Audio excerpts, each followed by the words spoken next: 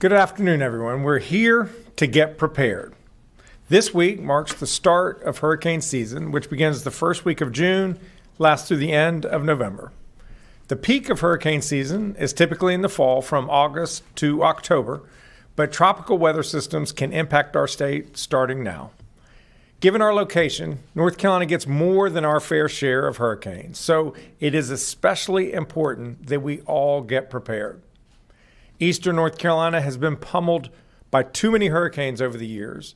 Some families are still recovering from the ravages of recent hurricanes. And as we learned last September 27th, Western North Carolina is not immune. Even as we continue the recovery process across Western North Carolina from Helene's devastation, we must acknowledge that another hurricane season is already upon us. I also recognize that we're heading into this hurricane season with more uncertainty than usual as we wait to learn the futures of FEMA and NOAA, the National Oceanic and Atmospheric Administration. Cuts to NOAA and FEMA are a man-made disaster. We need these critical agencies to help us anticipate and respond to natural disasters. A lack of forecasting and a lack of funding both harm public safety. So even as we advocate to protect NOAA and FEMA, we simply have to prepare for the very real possibility that these entities will be of diminished capacity. That means just to keep up, we will need more state funding, potentially hundreds of millions of dollars more in our state's rainy day fund. Even as federal commitments wane, in North Carolina, we are as focused as ever on keeping you safe.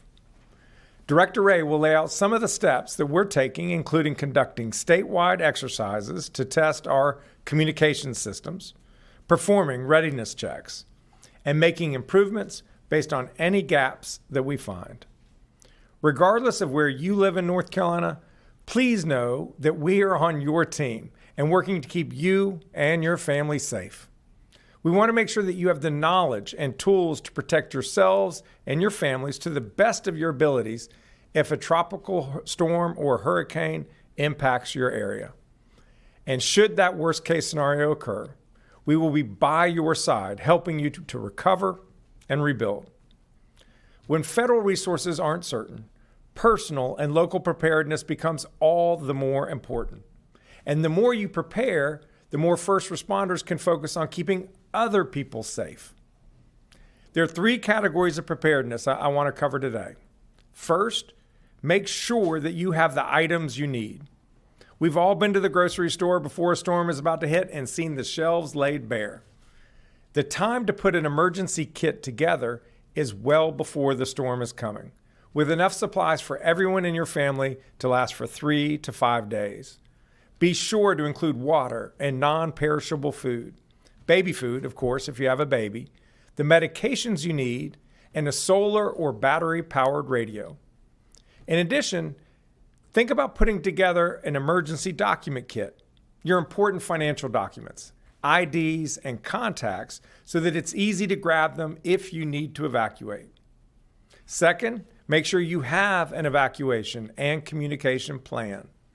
Talk to your family about what your shared evacuation plan is, how you'll get to safety, where you'll meet if you get separated from each other, and how you'll stay in touch with each other.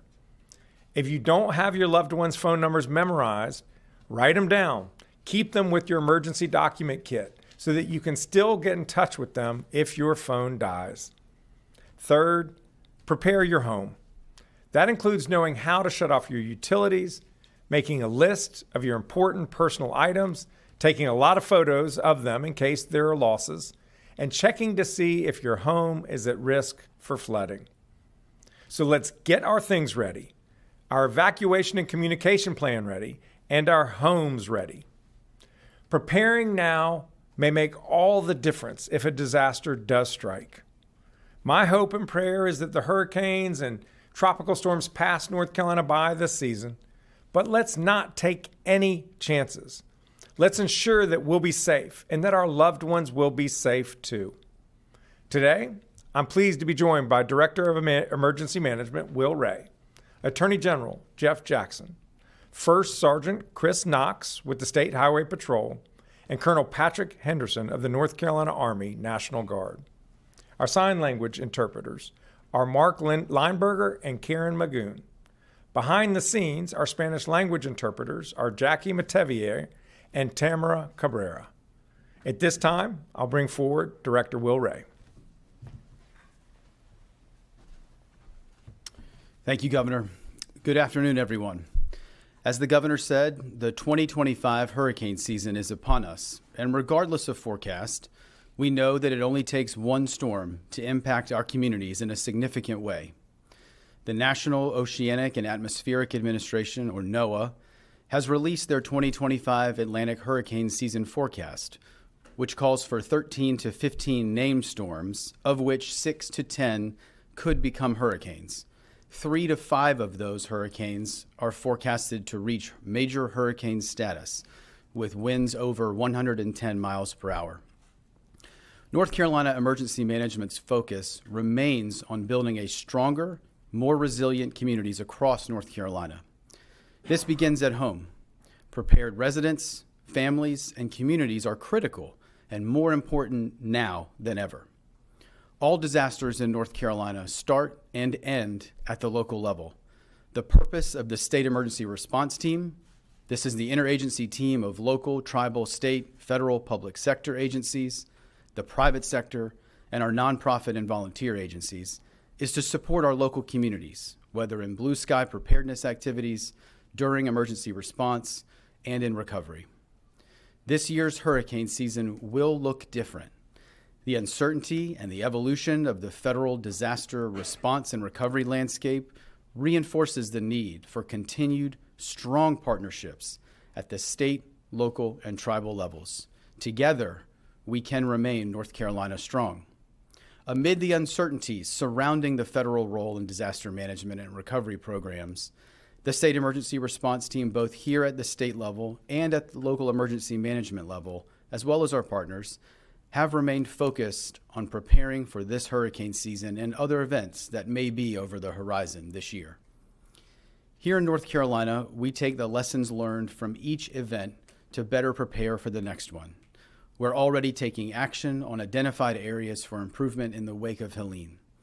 The State Emergency Response Team is hosting workshops and planning sessions, conducting plan reviews, conducting operational and logistics readiness checks. We are expanding our training and exercises to ensure that we are ready to respond and to support those local communities for what comes our way this season. What can you do?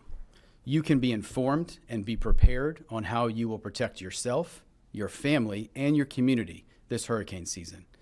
Being informed means finding reputable sources of information to help guide your decision-making so that you can take the right action at the right time.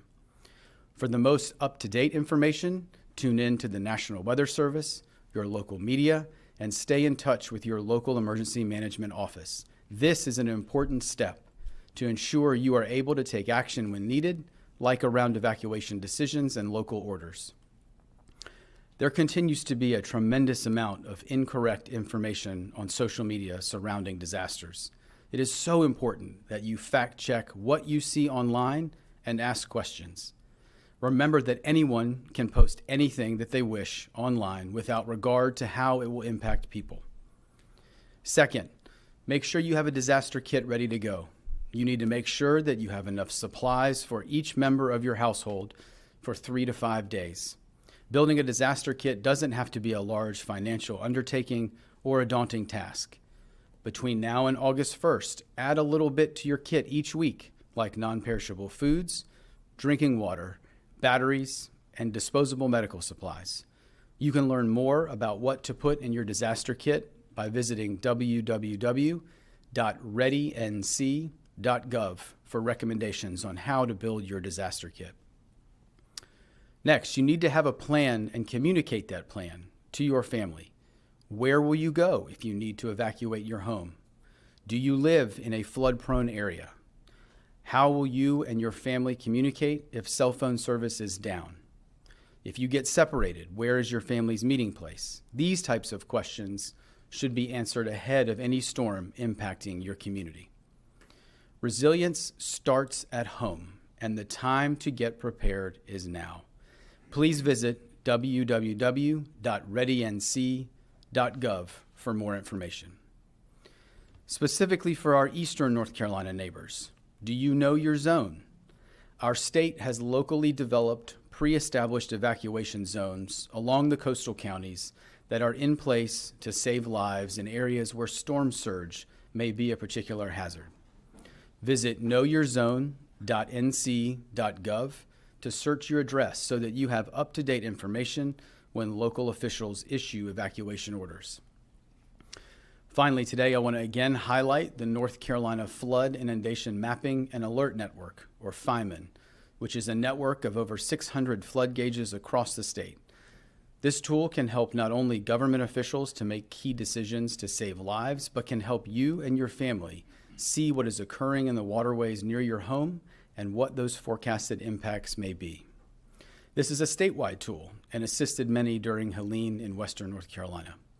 FIMAN is a free and publicly accessible website where you can sign up for flood alerts for the gauges closest to your home. You can run flooding scenarios to see what flooding could look like in your neighborhood and access other flood tools through that website. Again, visit fiman.nc.gov to explore this resource. I remain incredibly proud of the men and women of the North Carolina State Emergency Response Team, and we remain focused and committed to supporting the 10.8 million people who call North Carolina home and the communities in which they live. As we all do our part, together, we can be North Carolina strong, continuing to support Western North Carolina recovery and ensuring preparedness for this hurricane season. Thank you. At this time, I'll turn it over to Attorney General Jackson. Thanks, Director. Hi, folks. Good to see you. The Director and Governor gave an excellent account of how to be prepared before the hurricane. I'd like to talk a little bit about some things to think about after the hurricane. And this is stuff that we learned going through Helene from the standpoint of NCDOJ, our mission being to protect all of you from people who mean you harm. In particular, folks who try to take advantage of families after a major disaster like a hurricane. So here's some of what we saw in Helene that I want you to keep in mind if and when you find yourself in a post-hurricane situation. First, watch out for price gouging. We do know that there are some unscrupulous business owners who try to take advantage of people when scarce goods are in high demand. In that situation, the state of North Carolina has special authority to go after price gougers. So I want you to do your best to report them, even if you're not the one being price gouged. If you witness that, I want you to let us know. ncdoj.gov 18775 no scam.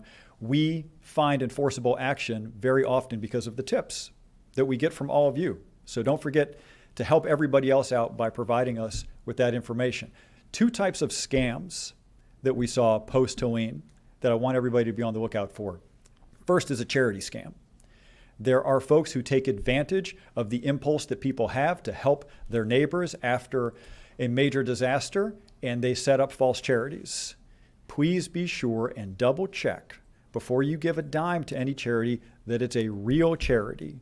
We will, at that moment, through the governor's office, put out a list of pre-approved charities. Please at least look at that and consider giving to one of those before you find something else. The other big scam that we see post-Helene and still see is a repair scam. People who hold themselves out as contractors or having access to some type of relief funding, you need to watch out for that, particularly when it comes to people who say they're going to provide a service. As a rule, do not provide full payment up front. If they're demanding full payment up front, that should be a big red flag. If they're demanding payment in cryptocurrency, if they say, I'll only work for Bitcoin, that's a huge red flag. Not just for a post-hurricane environment, but just going forward. Please know that. Really appreciate everybody taking the time to put a little advanced planning in as hurricane season comes up, and I will be followed by the governor. Thank you, Attorney General. Thank you, Attorney General. At this time, if folks in the room have questions, feel free to approach the microphones on either side, and we'll do our best to answer them. start here. Hi, thanks for being here. Dina with CBS 17. Obviously, Helene recovery and sort of making sure we're prepared in Western North Carolina took up a bunch of funding. Can somebody talk a little bit about what funding we're using now to prepare for future storms or any resiliency that we're prepping for there? That is an issue that is being negotiated between the two branches of the legislature right now. How big is our rainy day fund? It's called SERTIF, a State Emergency Response Fund, something close enough. And in my budget, I had proposed adding $500 million to that to build it up a little bit in the eventuality of future hurricanes. The Senate proposed spending it down nearly to the bottom. The House added more money. So this is going to be one of the issues that we're negotiating. But the proposals that folks are talking about with FEMA, either raising the bar of the size of the storm before FEMA will kick in at all, before there's any federal help, or when the storm does meet that standard, going from a 90% to a 75% federal match, meaning that the state has to come up with 25% instead of 10%, it has the potential to impact state budgets by hundreds of millions of dollars. There was just a story on this today on Spectrum News. So I encourage folks to be aware that what the administration is proposing, the Secretary of Homeland Security says we want to eliminate FEMA. But even if you dramatically restructure FEMA and have this federal government step away from helping states that are hit, there's going to be a real financial consequence to each state that's impacted, and we have to budget accordingly. Thanks. Chris Peterson, WXI 12 News. Director Ray spoke about having meetings and looking over the response to Helene and basically an after-action report. What are some of those things that you saw that needed improving, and what are some things that are being done to improve those issues that you found? I'll talk about a couple and then bring forward Director Ray. One is communication. We need to improve the redundancy of communication. When it went to Western North Carolina, the ability of people to talk to other people was wiped out in many cases for a week or more. We've got to do better than that, and we're working hard to address it. I would say the second is the speed with which misinformation spread on social media. And so we have to figure out what can we do to get factual information out and to encourage people to seek out that factual information rather than to just repost some outrageous claim that just happened on social media. And Director Ray, if you'd come forward and pick up the ball. Thank you, sir. Thank you for the question. I think in addition to what the governor said, I think there were a couple other big areas that were, identified in our initial after-action review. One was on, general workforce capacity. We've seen a significant amount of turnover and new individuals coming into the workforce at both the state and local level. And so as we have, over the last several months, kind of pivoted from response in Helene to more of a recovery role, as that has continued to move forward and as other parts of the agency have pivoted to ensure we are prepared for whatever comes later this year, we've restructured our cross-training program. We've restructured some of the exercises we're doing both internally as well as with our state partners to take a specific look into some of the areas and functional areas specifically that we know were a challenge during Helene, like critical infrastructure. I think the other item is kind of foundationally the funding model for emergency management here in North Carolina, both at a state level and a local level, is heavily reliant on federal grant funding. And so we are continuing to work with both the governor and the legislature, as well as our delegation in D.C., on how we get a more sustainable funding model to support what is critical emergency management services across North Carolina. I think this is in addition to some of the areas that the governor has already identified. Last thing I would say is on the logistics front. We knew a significant, again, Helene was a catastrophic, significant event. And again, as it fades in the rear view for some, I think we need to continue to remind folks what the impact of that was at the end of September, beginning of October in 2024, and what we were looking at that point. The volume of needs across the disaster area has caused us to reevaluate our logistical supply chain, the types of commodities, the amounts, and what we have staged in our warehouses, what we have available through contract services, making sure we're diversifying those contract services as we look at what may or may not be available from the federal government for future events. Thank you, sir. Thank you, Director. Yes. Governor, we saw in recent months FEMA start to ratchet down the reimbursement rate specifically for debris cleanup for Helene in the event that the state needs to, again, request reimbursement from FEMA. Have you had any conversations or do you have any expectation about what that reimbursement rate is going to look like and what the timeline is going to look like? The way that reimbursement rates work with FEMA is the scale of the storm. If it's a small storm, it's 0. If it's a medium-sized storm, it's 75%. If it's a major storm, it's 90, and if it's truly catastrophic, it's 100%. We had 100% reimbursement from the federal government for 6 months on debris removal. I requested that that be extended beyond 6 months. That is something that the federal government has done in prior storms of similar destructiveness. So I was hopeful that it would be granted. It was not, and I'm disappointed by that. But we're now focused on continuing to have a very constructive relationship with FEMA. They reimburse the local governments and the state for doing that debris removal for the 90%, or depending on what the particular project or infrastructural repair is. So we are looking forward to a continued constructive relationship with them and hope that they remain on their toes as we move into the next hurricane season, so that should we get hit again, that they will be our active partner as they have historically been. Director Ray noted to the last question how one of the issues we confronted was there were a lot of new people in emergency management positions out west and in the state.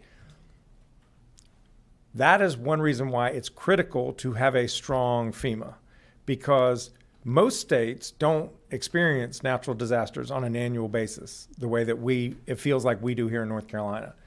Other states may not have a natural disaster for 8 years, 10 years, who knows? And so the people in those positions are brand new and have never been through a big storm before and won't have the muscle memory of how to respond in that moment when all of a sudden the storm goes from a Class C to a Class A storm.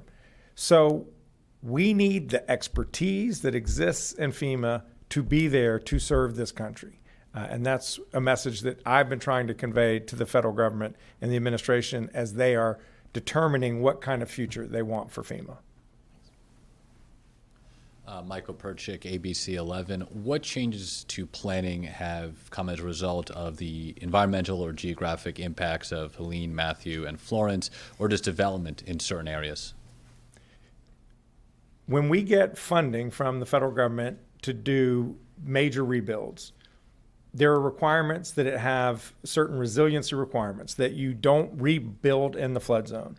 We're just starting that process in Western North Carolina. We're starting the home reconstruction. We're getting close to finalizing our contract with HUD, not FEMA, but with HUD. They're the ones who provide the home reconstruction money through the CDBG-DR, Disaster Recovery Fund. In Eastern North Carolina, that work is further along. So all these houses that we've been working hard to finalize after Hurricane Matthew, they're up high. They've been raised out of the flood zone. What we want to make sure is if a storm hits a community again, we've done everything in our power to ensure that the degree of damage is substantially less the second time. And I'll bring forward the director, see if he has anything he wants to add. I think the governor, I think hit it. We want to make sure we're maximizing all available programs and funding, whether it's federal or state provided, to build this infrastructure back in a stronger way that can mitigate the impacts of whatever the event is, whether it's a natural hazard or something different.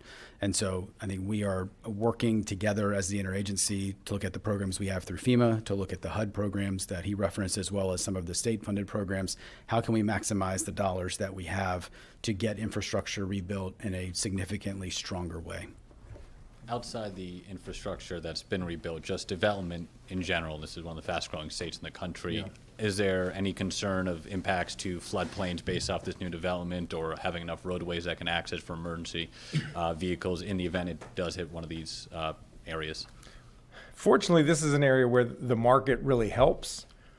developers can't get financing for their projects if they're in a flood zone because they can't get flood insurance. And so we're in if you could give an update on the mapping, the LiDAR mapping, we're always trying to have a better understanding of where the risks are.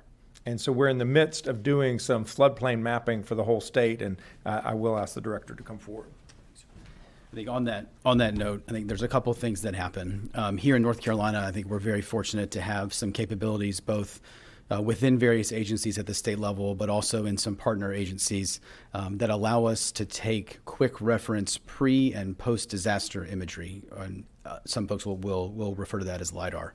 What that does is allow us, I think, from a disaster response standpoint, I think quickly capture and quantify damages to infrastructure, homes, and just wherever it is across the area, as well as kind of further down the line, help communities as they make these redevelopment decisions or planning decisions from local zoning efforts.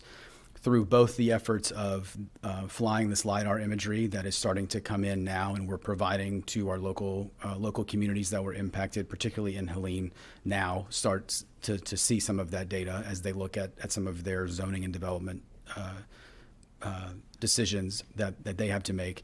We have also, over the last couple of years, had several pots of funding for updated river basin studies.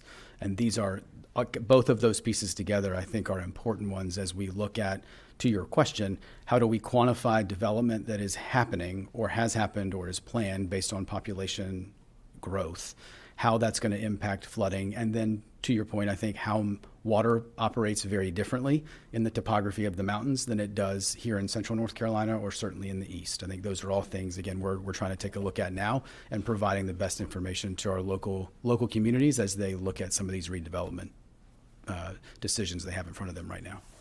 Thank you. Yes. And related to that, how involved does the state get in evacuation decisions outside of those coastal zones? And has Helene made you rethink any ways that you're doing that in the mountain counties, for example? Well, I'll let you take that one. So thank you for that question. I think as you referenced on the eastern side of the state, I think for better or for worse, the events that we have had the opportunity to respond in over many years really identified the need for predetermined evacuation zones for our coastal counties. That's something that not just North Carolina, but other states to our south and in our region that are both Atlantic or Gulf states have also put into place over the years. So I think that's one step that we wanted to take as we look at the impacts from some of our coastal hurricanes over the last several years. I think obviously water comes in and recedes very differently in our coastal communities than it does in the mountains. And so I think what we want to do is looking at all of the available kind of funding streams we have out there, both federal or state, how can we bolster the flood gauges that we have across the state to make sure we're getting good data? How do we also maximize the alert and warning systems associated with those gauges? From a redundant communication standpoint, how are we equipping local communities to make those decisions and have the technology that they need to quickly issue those orders? Here in North Carolina, it is a locally driven decision on evacuation. Our role is how can we be a technical support, how can we provide technical assistance and provide communities that need it the information and the resources to make those right operational decisions for them at that lowest operational level as quickly as possible. And if I could, a second question. This may not be price gouging per se, but how does the state deal with these really, really expensive recovery contracts? Like we saw the report from the auditor about the Swannanoa shower and laundry facility. How can anything be done to keep those costs down? Or Well, we are always prudent when it comes to spending government money, taxpayer money. Understand this was a catastrophic storm, and our top priority is the health and safety of people. This was a community that had no running water for weeks. Folks needed a place to shower. They needed a place to wash their clothes. They needed that from a sanitary perspective. It was also immediately following a catastrophic storm where we're asking people to leave their families and go live in who knows what kind of conditions for weeks on end. all the water that was generated by those stations had to be disposed of somehow, somewhere. They weren't connected to a water and sewer system. So these services are expensive, just as a matter of course. Our priority is always going to be the health and the safety of the people of North Carolina, and we will do it in the most fiscally prudent way we can. But that station was stood up within 72 hours of that storm, which is really fairly incredible. And it made a major life improvement to thousands and thousands of people. Thank you. Afternoon, this is Jatrissa Wooten with Spectrum News. My question is, are you concerned about how federal budget cuts and staffing shortages at the National Weather Service will affect decisions before the storm and during the storm? The answer to your question is yes. I'm very concerned. I was just watching a newscast from Florida where they talked about there are fewer weather balloons in the air than there were. There's fewer people to interpret the data that's coming from whatever sensors are out there. I want to make sure that we have the best information as quickly as we can so that we can make the best decisions that we can. And I think that we all have reason to be worried. There are cuts happening at the federal government that are going to impact the quality of services that affect people's lives. Okay. Last question, I'm sorry, one more. For DOT. So did you guys feel like you learned anything from Florence or Helene? And if so, what did you guys learn from those previous storms that you'll probably implement with any other storms, future storms? And I'm saying, was it related to a particular department? I didn't hear the first thing you said when you spoke. I'm sorry. DOT. DOT. Yes. I don't know if you'd like to speak for Sergeant, or Will, do you want to take that? Okay, thank you.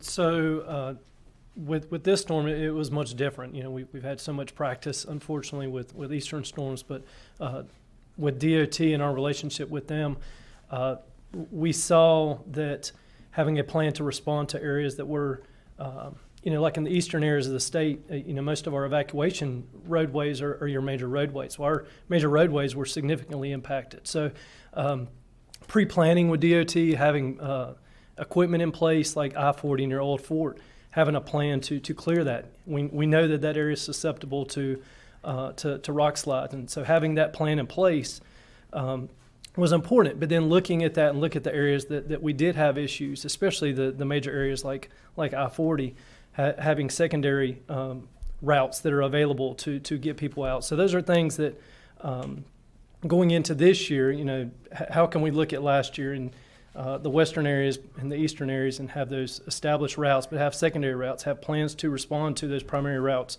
with the equipment needed to clear those roadways quickly, are all things that are being talked about and then are talked about annually. Thank you. Yes, appreciate that. We'll now take some questions from online or on the phone. First question comes from Sam Walker, OBX News. Sam, so I'll mute your microphone and go ahead and ask your question. Thanks. I've got two questions, actually. You've already identified a couple of things that could have been handled better. What did you find that the state as a whole got right, and any particular agencies that did things right in response to Helene, as well as PTC 8 and Debbie? And Governor Stein, any thoughts on creating a sales tax holiday for disaster prep items, similar to what Virginia, Texas, Alabama, and Florida already did? I'll take the second one first. I'm certainly open to that. I proposed a sales tax holiday for families going back to school, and I can see the logic of how having a similar sales tax holiday for disaster prep may make sense. So happy to engage the legislature on that. I think a lot went right. I mean, this was a devastating, catastrophic storm. There were local officials out there in the middle of the storm knocking on people's doors, making sure that they were alive. I talked to a mother and a grandmother who they left their house. They drove to the house based on a person visit.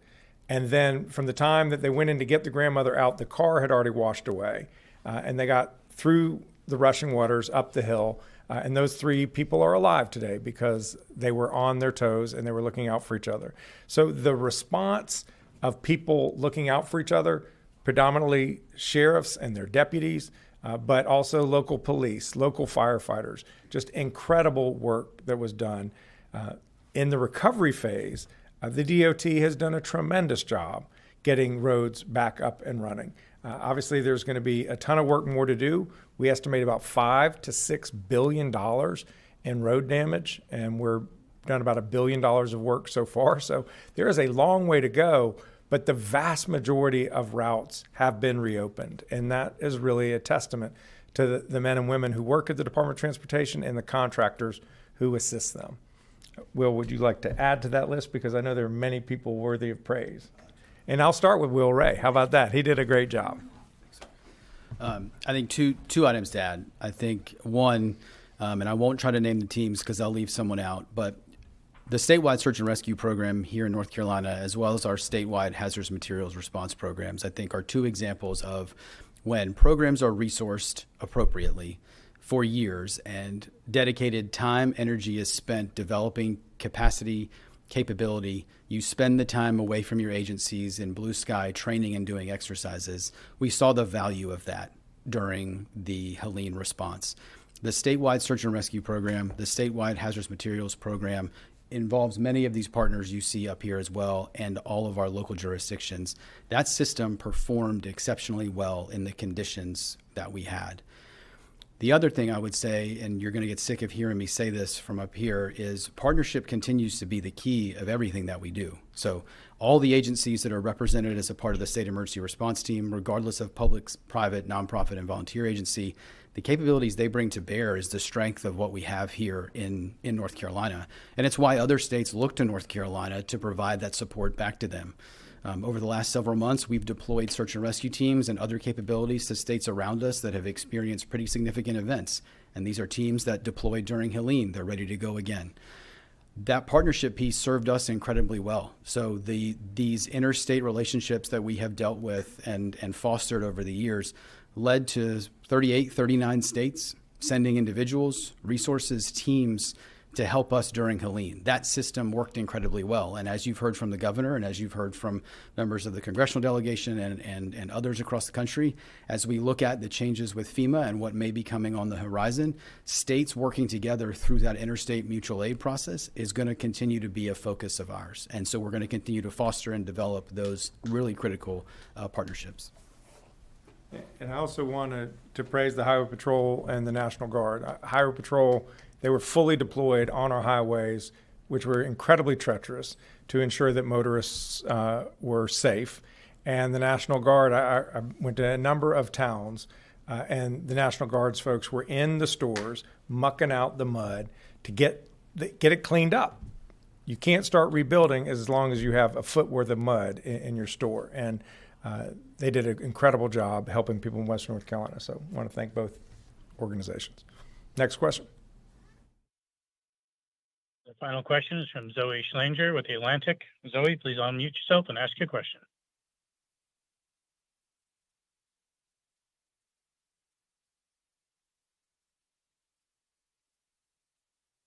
We're not hearing you, Zoe.